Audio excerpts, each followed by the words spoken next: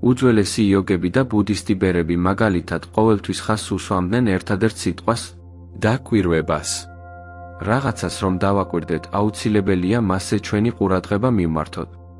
ეს კი იმას ნიშნავს, რომ სწორი ყურადღების მიქცევით ჩვენ შეგვიძლია სასურველი კვანტური მოვლენის მანიფესტირება ჩვენსავე ცხოვრებაში. სწორედ ამიტომ ამ ვიდეოში გაგიზიარებთ თუ როგორ შეგიძლიათ გამოიყენოთ თქვენი ყურადღება იმ რეალობის შესაქმნელად, რომელიც გსურთ, რადგან ყურადღების მართვის სწავლა ყველაზე მძლავრი ინსტრუმენტია, რისი გაკეთებაც შეგიძლიათ როგორც რეალობის თანაშემოქმედს. მოდით დავიწყოთ ახლავე. გავიაზროთ რეალურად როგორ კარნახობს ჩვენი ყურადღება რეალობის იმ ვერსიას, რომელიც ვლინდება. თუმცა ამის გასაგებად ჯერ უნდა გავაცნობიეროთ თუ როგორ მოედინება ენერგია. ყოველ ჯერზე, როცა ცხოვრებაში თავს ჩიხში გრძნობთ, მაგალითად, როცა შრომობთ ისეთი რამის მისაღწევად, რაც უბრალოდ არ გამოდის, ან როცა მსგავსი სიტუაციები მუდმივად მეორდება, თითქოს ამერიკულ მთებზე ზიხართ, ან სულ ერთი და იმავე ტიპის ურთიერთობებს იზიდავთ, მნიშვნელოვანია გავიგოთ, სად გუბდება ენერგია. როდესაც ენერგიას არ შეუძლია თავისუფლად დინება, რაც მისი ბუნებრივი მდგომარეობა უნდა იყოს, ის სტაგნაციას განიცდის. და როცა ენერგია გუბდება, ჩვენ ერთი და იმავე გარემოებების ციკლში ვექცევით. მაშ რა მიმართავს ენერგიის დინებას? ყურადღება. სადაც მიდის ყურადღება, იქ მიედინება ენერგია. სწორედ ჩვენი ფოკუსი და ყურადღება განსაზღვრავს ენერგიის მოძრაობის მიმართულებას. ის, რაც ადამიანთა უმეტესობამ არ იცის, არის ის, რომ ჩვენი ყურადღების ბუნება ორი ძირითადი ტიპისგან შედგება: პოლარული და არაპოლარული ყურადღებისგან. პოლარულ ყურადღებას აქვს ძალა მიიზიდოს ან განიზიდოს რეალობა. ნებისმიერი პრობლემა, თუ მას სხვა კუთხით შევხედავთ, გამოსავლად იქცევა, ეს ერთი მედლის ორი სხვადასხვა მხარეა და სწორედ ამას აკეთებს პოლარული ყურადღება. ის რაღაცას იზიდავს, იმავდროულად კი სხვა რამეს განიზიდავს. მოდით ეს საკითხი უფრო სიღრმისეულად შევისწავლოთ. პოლარული ყურადღების გარდა არსებობს არაპოლარული ყურადღებაც, რომელიც აბსოლუტურად ნეიტრალურია და რეალობის გაქარწყლებისა და დაშლის ძალა შესწევს. ახლა ჩვენს ცხოვრებაში კვანტური მოვლენების მანიფესტაციის კუთხით, მოდით განვიხილოთ თუ რას შეიძლება ნიშნავდეს ეს. წარმოიდგინეთ, რომ გვაქვს ორი ტიპის პოლარული ყურადღება: დადებითი ყურადღება და უარყოფითი ყურადღება. როდესაც რაღაცაზე პოზიტიურად ვფიქრობთ, ცხოვრებას არ ანაღვლებს ჩვენი ყურადღების ჭეშმარიტი ბუნება. მას მხოლოდ შინაარსი აინტერესებს. როგორც წინა ვიდეოში ავხსენი, თუ რაღაც გძულს, ჩვენ ამისგან უფრო მეტ მოვლენას მივიზიდავთ. ანალოგიურად, თუ რაღაც გვიყვარს, ჩვენს ცხოვრებაში უფრო მეტად შემოვა ის, რაც გვიყვარს. სწორედ ეს არის ჩვენთვის, ადამიანებისთვის, საკითხის არსი. მთელი ჩვენი ცხოვრების განმავლობაში ჩვენ ისე ვართ განპირობებულნი, რომ ვიფუნქციონიროთ შიშსა და გადარჩენის რეჟიმში, რადგან ეს ჩვენს ბიოლოგიად იქცა. ჩვენ ჯერ კიდევ იმგვარად ვართ დაპროგრამებულნი, რომ უპირველეს ყოვლისა გადავრჩეთ. და რა არის გადარჩენის ყველაზე მნიშვნელოვანი და ძლიერი გზა? ჩვენი არსებობისთვის ნებისმიერი საფრთხის აღმოფხვრა და თავიდან არიდება. ამიტომ ჩვენ შევეჩვიეთ ამ დამცავ რეჟიმში ცხოვრებას, გავურბივართ კონფლიქტებს, თავიდან ვირიდებთ რისკებს. ბევრი ჩვენგანი სწორედ ამგვარად ჩამოყალიბდა და ამ პირობითობის გამო ჩვენ ვაგრძელებთ უფრო და უფრო მეტი ისეთი რამის განცდას, რაც გვაშფოთებს. დაფიქრდით იმაზე, რასაც ხედავთ ახალ ამბებში, სოციალურ ქსელებში, და იმაზე, თუ რატომ ვრცელდება შიში ბევრად უფრო სწრაფად და მასშტაბურად, ვიდრე სხვა ნებისმიერი რამ. სწორედ ასე შეუძლიათ სხვა ძალებს ჩვენი მანიპულირება და ჩვენზე ზემოქმედება. ირგვლივ იმდენი ამაყი ადამიანია, რომელიც მზადაა ომში წავიდეს იმის დასაცავად, რაც უყვარს და რითიც ძალიან ამაყობს. მიუხედავად იმისა, რომ ეს დასაფასებელია, მსგავსი განცდები ხშირად აბრმავებთ მათ იმის მიმართ, რაც სინამდვილეში ხდება. რადგან ძალიან ადვილია ადამიანს შეასრულებინოს სასურველი ქმედებები, როცა ის გაბრაზებულია. და ზუსტად ისევე ადვილია ადამიანს კონკრეტული ქმედებებისკენ უბიძგო, როდესაც მას ეშინია. ამრიგად, შიში, სიბრაზე და სიამაყე არის ის მდგომარეობები, რომლებშიც საზოგადოება გვატყუებებს და ჩვენს ყურადღებას მიმართავს იმისკენ, რაც გვაიძულებს მოვიქცეთ ისე, როგორც ხშირად სულაც არ გვსურს. ადამიანების უმეტესობისთვის ნაცნობია ერთი და იმავე ტიპის ურთიერთობების კვლავ და კვლავ გამოცდა. და ეს იმიტომ ხდება, რომ ისინი წარსულის ტრაუმებს ეჭიდებიან. მათი ყურადღება ფოკუსირებულია იმ ტიპის ურთიერთობის თავიდან აცილებაზე, რომელიც ადრე ჰქონდათ და სწორედ ამიტომ განაგრძობენ იდენტური ტიპის ურთიერთობისა და პარტნიორის მიზიდვას. ადამიანთა უმრავლესობა ტრავმირებულია რაიმე მოვლენით და შიშობს, რომ ეს გამოცდილება სწორად არ გადაუმუშავებიათ. სწორედ აქ ერთვება თამაში ნეიტრალური, ანუ არაპოლარული ყურადღება. თუმცა ამაზე ოდნავ მოგვიანებით ვისაუბრებთ. ამ ეტაპზე ჩვენ უნდა გავიაზროთ, რომ არსებობს ორი სხვადასხვა ტიპის ყურადღება: დადებითი და უარყოფითი. ცხოვრებას მხოლოდ ჩვენი ყურადღების შინაარსი ადარდებს ის, თუ რას ვუთმობთ მეტ დროსა და ენერგიას. თუ ჩვენ ცხოვრობთ რეალობაში, სადაც ეს არის ჩვენი ამჟამინდელი სიტუაცია და ვდგავართ გზაჯვარედინზე ჩვენს ცხოვრებისეულ გზაზე, ვთქვათ, ეს არის სამსახურებრივი გამოწვევა, რომელიც უკავშირდება თანამშრომელს, დაქვემდებარებულს, ან ნებისმიერ სხვა პრობლემას. თუ ჩვენ ავირჩევთ მის პოზიტიურად აღქმას და ჩვენი პოზიტიური ყურადღების შინაარსი იქნება მაგალითად, გარკვეულწილად ეს სიტუაცია ზრდის შესაძლებლობას მაძლევს. მე შემიძლია გადავლახო ეს გამოწვევა და შედეგად გავხდე უფრო ძლიერი. ამ შემთხვევაში ჩვენ ვიზიდავთ იმ ენერგიასა და რეალობას, რომელიც ირეკლავს ჩვენს პოზიტიურ დამოკიდებულებას. თუმცა, თუ გადავწყვეტ იმავე სიტუაციას ნეგატიურად შევხედოთ და ჩვენი ნეგატიური ყურადღების შინაარსი იქნება, ეს საშინელება არ მჯერა, რომ ეს ხდება, ეს კატასტროფა იქნება და აქედან გამოსავალი არ არსებობს. მაშინ ჩვენ მივიზიდავთ იმ ენერგიას, რომელიც ირეკლავს სწორედ ამ ნეგატიურ მენტალიტეტს. უმნიშვნელოვანესია გავიაზროთ, რომ ცხოვრებას არ ადარდებს ჩვენი ყურადღება პოზიტიურია თუ ნეგატიური. ის რეაგირებს ჩვენი ყურადღების შინაარსზე. სხვა სიტყვებით რომ ვთქვათ, თუ ფიქრობთ, რომ ეს გარკვეულწილად დაგვეხმარება განვითარებაში, მაშინ ჩვენი ცხოვრებისეული ხაზი გადაინაცვლებს უფრო პოზიტიური მიმართულებით და მანიფესტირდება მეტი ისეთი რამ, რის მიმართაც დადებითად ვართ განწყობილნი.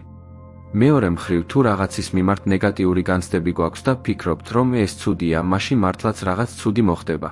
დააკვირდით, რა ხდება აქ.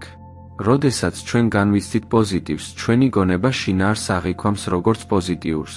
როდესაც განვიცდით ნეგატივს, ჩვენი გონება შინაარსს ნეგატიურად აღიქვამს. საიდან იცით, რომ კონკრეტული სიტუაცია ცუდია? თქვენ უბრალოდ ვარაუდობთ ამას, რადგან შეგეშინდათ. შიში კი გაიძულებთ, რომ უფრო მეტად შეშინებული გახდეთ. როდესაც რაღაცას ვგრძნობთ, ვცდილობთ გავამართლოთ ამ გრძნობის არსებობა იმ სხვა რამეებზე ფიქრით, რამაც პოტენციურად შეიძლება ეს შიში გააძლიეროს. მაგრამ რატომ ვაკეთებთ ამას?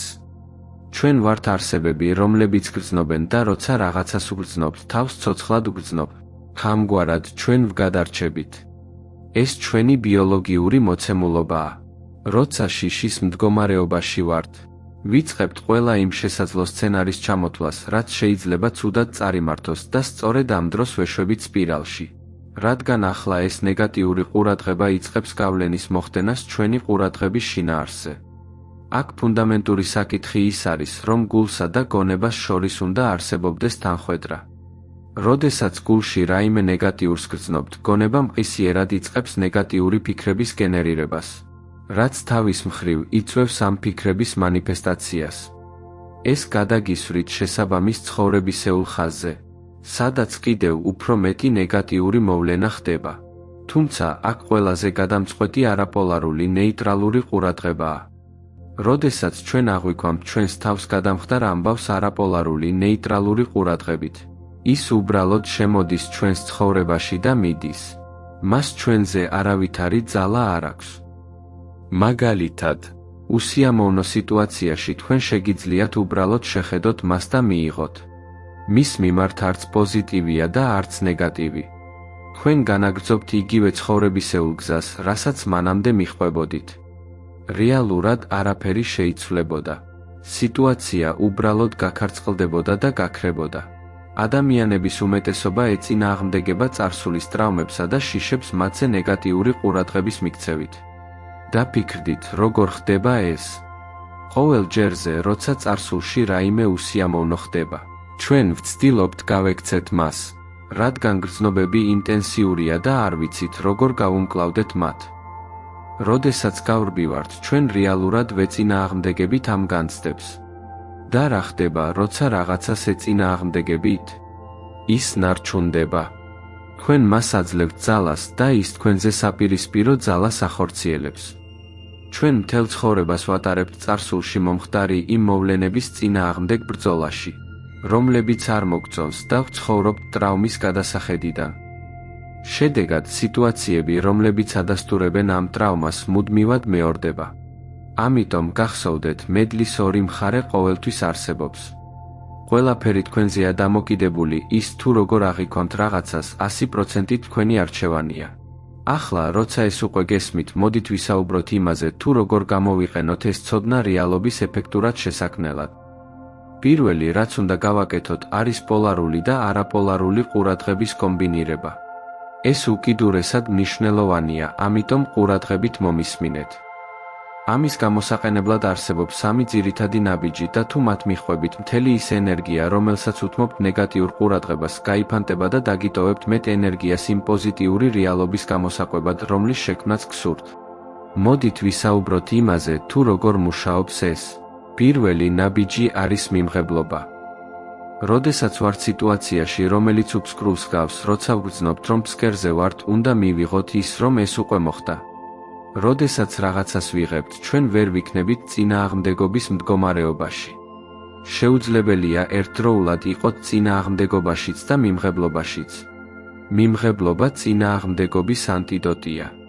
თხოვთ, შეეცადოთ ამის გაგებას. ჩვენ არ ვაგროვებთ ენერგიას. ერთადერთი ენერგია, რომელიც გამოიყენება, მიმართულია გადამისამართებისკენ, რათა გზიდან ჩამოვეცალოთ. თქვენს მიზნებს ნამდვილად სურთ გამოვლენა, თქვენ უბრალოდ წინ ეღობებით მათ. თქვენ მხოლოდ გზიდან ჩამოცლა გჭირდებათ, რათა მათ არსებობა შეძლო. ჩვენ ვიწყებთ მიმდინარე სიტუაციის ტოტალური მიღებით. რა პრობლემებიც არ უნდა იყოს თქვენს ცხოვრებაში ახლა, რაშიც არ უნდა გრძნობდეთ თავს გაჭედილად, ან რაც არ უნდა იყოს თქვენი ყველაზე ცუდი კოშმარი, წარმოიდგინეთ, რომ ეს უკვე მოხდა. თქვენ სრულად ეთანხმებით მის არსებობას და ხედავთ, როგორ გრძელდება ცხოვრება მიუხედავად ამისა. თქვენ აღარ დარდობთ თქვენს ყველაზე ცუდ კოშმარზე. ის აღარ დაგდებთ აჩრდილივით. ეს აბსოლუტურად ფუნდამენტურია, რადგან ადამიანების უმეტესობა ფიქრობს. თუ მივიღებ ყველაზე უარეს სცენარს, განა ამით არ მივიზიდავ მას ჩემს ცხოვრებაში? არა, არ მიიზიდავთ. პირიქით, თუ მიიღებთ ყველაზე უარეს სცენარს, თქვენ შეწყვეტთ მის გამოკვებას თქვენი წინააღმდეგობის ენერგიით. თუ განაგრძობთ მის წინააღმდეგობას, თქვენ გააგრძელებთ მის ყვებას, რაც ზრდის მისი მოხდენის ალბათობას. მაგრამ თუ უბრალოდ მიიღებთ მას და გზიდან ჩამოეცლებით, სწორედ აქ შემოდის ნეიტრალური ყურადღება. მიმღებლობა არის ნეიტრალური ყურადღება. ჩვენი ცხოვრების ნებისმიერ სფეროში ცვლილების მოსახდენად უნდა დავიწყოთ მიმღებლობით, სწორედ ამ კონკრეტული მომენტის ტოტალური, სრული, განუყოფელი მიღებით. ჩვენ არ შეგვიძლია აწმყო მომენტის შეცვლა, რამდენადაც არ უნდა ვეცადოთ, რადგან აწმყო მუდმივად იცვლება. როცა ცდილობთ მის შეჩერებას, ის უკვე წარსულად იქცა. ამ აწმყო მომენტის შეცვლა შეუძლებელია. რისი გაკეთებაც შეგიძლიათ, რაც თქვენს ძალებშია, არის ის, რომ აირჩიოთ, თუ რა გსურთ შემდეგ მომენტში. ჩვენ მიდრეკილნი ვართ მოვიტყუოთ თავი და დავიჯეროთ, რომ თუ რამე მოხდა, ჩვენ დავმარცხდით. ჩვენ ვეჯაჭვებით, საკუთარ თავს ვაიგივებთ იმ საქმეებთან, რასაც ვაკეთებთ. წარმოიდგინეთ ყველაზე ცუდი სცენარი და სრულად მიიღეთ ის. ამგვარად თქვენ შეამცირებთ მის მნიშვნელობას. მეორე ნაბიჯი არის იმის გაცნობიერება, თუ როგორ შეიძლება ეს დაბრკოლება ან არასასურველი მოვლენა პოტენციურად შენიღბული საჩუქარი იყოს. ნებისმიერი მოვლენა, რაც ხდება, ნეიტრალურია. ჩვენ მას ვაქცევთ დადებითად, უარყოფითად ან ნეიტრალურად ჩვენი ყურადღების ბუნებიდან გამომდინარე. ნაცვლად იმისა, რომ შევხედოთ მას როგორც ეს ცუდია, შეგვიძლია შევხედოთ ასე. როგორ შეიძლება ეს პოტენციურად იყოს უპირატესობა? როგორ შეიძლება ეს იყოს კარგი ჩემს ცხოვრებაში? ახლა რას ვგულისხმობ შენიღბულ საჩუქარში? ზოგჯერ რაღაც ხდება ჩვენს დასაცავად. შესაძლოა იმ სიტუაციაში რაღაც ცუდი იმალება, რის განცდასაც ღმერთი ან სამყარო თავიდან გვარიდებს. შესაძლოა არსებობს მიზეზი, რის გამოც ეს მოხდა. ოდესმე გიფიქრიათ, რომ როგორც ნებისმიერი მოვლენა თქვენს ცხოვრებაში, შესაძლოა ესეც რაღაც მიზეზით ხდებოდეს. იმ ავტობუსზე რომ არ დაგეგვიანათ, ის შეიძლება ავარიაში მოხვედრილიყო, ან რაიმე ცუდი მომხდარიყო და სამყარო ამით უბრალოდ თქვენს დაცვას ცდილობს. საიდან უნდა იცოდეთ ეს? ამის გაკეთება ბევრად უფრო ადვილია მას შემდეგ, რაც უკვე მიაღწევთ მიმღებლობის მდგომარეობას. თუ იმყოფებით მდგომარეობაში, სადაც ჭრილობა ჯერ კიდევ ახალია და ცოტა ხნის წინ რაღაც ცუდი მოხდა, ნუ მოსთხოვთ საკუთარ თავს, რომ მაშინვე მოძებნოთ შენიღბული კურთხევა. უბრალოდ მიაღწიეთ მიმღებლობის წერტილს და გაიგეთ. გააცნობიერეთ, რომ ეს ნამდვილად მოხდა. როცა მიაღწევთ უფრო ნეიტრალურ მდგომარეობას, შეგიძლიათ დაიწყოთ ფიქრი იმაზე, თუ როგორ შეიძლება ეს მოვლენა პოტენციურად პოზიტიური იყოს. ბოლო ნაბიჯი არის ჩვენი ყურადღების მუდმივი გადამისამართება იმისკენ, რაც სასურველია. თუ ვიმყოფები სრული გაწონასწორებულობისა და მიმღებლობის მდგომარეობაში, ჩემი ყურადღება განთავისუფლდება იმისათვის, რომ სრულად ავირჩიო ის, რაც ვსურს. როდესაც ამის კეთებაში მართლაც დახელოვნდებით, გახდებით შეუჩერებელი. ვერაფერი შეგაჩერებთ. ეს პროცესი განსაზღვრავს ცხოვრების რომელ გზას მიხვებით, რომელი კვანტური მოვლენა მანიფესტირდება, რომელ კვანტურ მოვლენას განიცდით თქვენს ცხოვრებაში. და ეს ყველაფერი უშუალოდ დაკავშირებულია თქვენს ყურადღებასთან. არსებობს საფუძვლიანი მიზეზი, თუ რატომ საუბრობს მრავალი უძველესი კულტურა და რელიგია ყურადღებაზე. რაღაცის მიმართ ყურადღების მიქცევაზე, რაღაცაზე დაკვირვებაზე, დაკვირვების რეჟიმში ყოფნაზე. აქ ჩვენ ორივე მიდგომას ვაერთიანებთ. ვიყენებთ არაპოლარულ ყურადღებას და შემდეგ გადავდივართ მიმღებლობაში. ეს არც კარგია და არც ცუდი, ჩვენ უბრალოდ ვიღებთ იმას, რომ ეს მოხდა. შემდეგ ვიწყებთ ფიქრს შესაძლო შენიღბულ კურთხევებზე და ბოლოს გადავდივართ პოზიტიურ რეჟიმში. როდესაც ჩვენ ვართ გაწონასწორებულ მდგომარეობაში, ეს პროცესი ერთ-ერთი ყველაზე მძლავრი ინსტრუმენტია, რომელიც შეგვიძლია გამოვიყენოთ ჩვენთვის სასურველი რეალობის შესაქმნელად. როგორც რეალობის თანაშემოქმედისთვის, ყურადღება თქვენი ყველაზე ძლიერი ინსტრუმენტია. როდესაც ისწავლით მის ეფექტურად მართვას, შეძლებთ ზუსტად იმ ცხოვრების მანიფესტაციას, რომელიც გსურთ. ამრიგად, მესიჯი, რომლის დატოვებაც დღეს თქვენთვის მინდა, არის ეს. თუ დღეს თავს ცუდად გრძნობთ, მიეცით საკუთარ თავს უფლება მიიღოთ, რომ ცუდად ხართ. და როგორც კი აღმოჩნდებით გაწონასწორებულობის მდგომარეობაში, შემდეგ უკვე შეძლებთ ფოკუსირებას იმაზე, რაც სასურველია. მაგრამ თუ შეეცდებით დაფაროთ, ჩაახშოთ ან დათრგუნოთ ის, რასაც გრძნობთ, ის უკან დაგიბრუნდებათ და მომავალში მოსვენებას არ მოგცემ. ამ ეტაპზე, რასაც არ უნდა აკეთებდეთ, შეიძლება იყოს წინააღმდეგობის ფორმა. თუნდაც მხოლოდ პოზიტიურ აფირმაციებს იმეორებდეთ სარკეში. თქვენ რეალურად ეწინააღმდეგებით რაღაცის შეგრძნებას სწორედ ამ აფირმაციის წარმოთქმით. აი, რა შეიძლება ხდებოდეს სინამდვილეში. ეს სამსაფეხურიანი მეთოდი, თუ მას მუდმივად გამოიყენებთ, ფლობს ძალას, რომ მთლიანად შეცვალოს თქვენი ცხოვრება. როდესაც სწავლობთ მიღებას, გადამისამართებას და იმის არჩევას, რაც სასურველია, თქვენ ათავისუფლებთ ენერგიას, რომელიც მანამდე წინააღმდეგობაზე იფლანგებოდა. თქვენ იყენებთ თქვენს ყურადღებას ეფექტურად, რათა შექმნათ თქვენთვის სასურველი რეალობა. გახსოვდეთ, მიღება არ ნიშნავს მარცხთან შეგუებას, არამედ აწმყო რეალობის აღიარებას. სწორედ მიმღებლობის ამ სივრცეში ხდება ჩვენი ხედვა უფრო ნათელი და მოგზაურობა იმისკენ, რაც გსურს, თავისთავად იშლება ჩვენ წინაშე. როდესაც ჩვენ ვეგუებით და ვიღებთ ყველაზე უარეს სცენარს, ჩვენ ვათავისუფლებთ ენერგიას, რომელიც მანამდე მის წინააღმდეგ ბრძოლაში იხარჯებოდა. და სწორედ ამ დროს ხდება ჩვენი ყურადღება ცვლილებების მამოძრავებელი ძალა. ჩვენ გადავამისამართებთ ჩვენს ფოკუსს იმისკენ, რაც გსურს და რეალობა ამის საპასუხოდ თავად განიცდის რეკონფიგურაციას. როგორც ჩვენივე რეალობის თანაშემოქმედნი, ჩვენ დაჯილდოებულნი ვართ უნარით ავირჩიოთ ჩვენი გზა, ჩამოვაყალიბოთ ჩვენი გამოცდილება და გამსაზღვროთ ჩვენი ბედი. ჭეშმარიტი ტრანსფორმაცია მაშინ იწყება, როდესაც ვირჩევთ ჩვენი ყურადღება მიმართოთ იმისკენ, რასაც ნამდვილად აქვს მნიშვნელობა ჩვენს ცხოვრებაში. იარეთ წინ თავდაჯერებულად და მიზანდასახულად, რადგან თქვენ ხართ თქვენი საკუთარი ბედის არქიტექტორი. მადლობა, რომ ჩემთან ერთად შევდექით ამ მოგზაურობას. თუ ამ ვიდეომ თქვენში რეზონანსი გამოიწვია, გირჩევთ მოიწონოთ ის და გამოიწეროთ ჩვენი არხი. გაუზიარეთ ეს ვიდეო სხვებს, რათა მათაც მიიღონ სარგებელი ამ გზავნილისგან. და არ დაგავიწყდეთ დატოვოთ კომენტარი ქვემოთ, სადაც გაგვიზიარებთ თქვენს ფიქრებს, რეფლექსიებსა და გამოცდილებას.